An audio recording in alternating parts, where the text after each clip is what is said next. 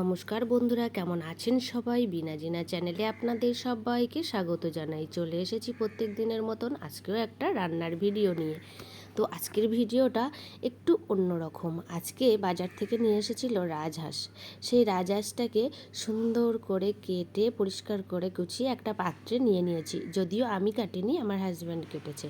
তো একটা পাত্রে আমি নিয়ে নিয়েছি। এবারে আমি রান্নার জন্য এটাকে তৈরি করব।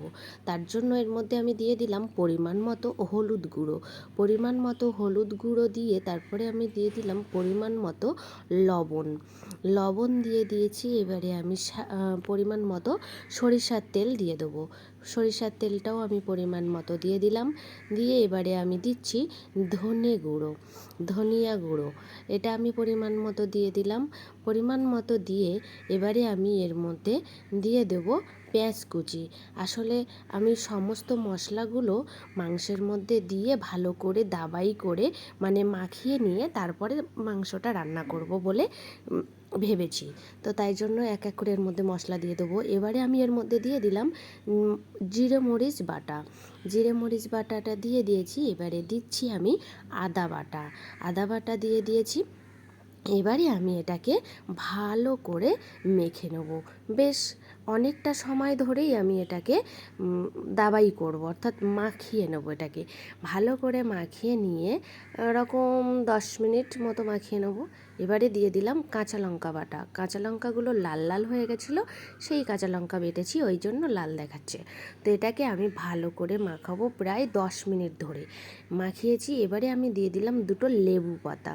লেবু পাতা দিয়ে এটাকে সুন্দর করে মাখিয়ে আমি 20 থেকে 30 মিনিট মতো রেস্টে রেখে দেবো। তার মধ্যে আমি এদিকে উনুনটা ধরিয়ে নিচ্ছি।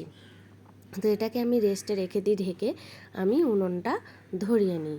এই যে ঘুঁটের জালে রান্না করব আজকে। তো ধরিয়ে নিয়েছি, নিয়ে কড়াইটা চাপিয়ে দিয়েছি। কড়াইটা ছিল লোহার, ওই জন্য একটু কালটে ভাব।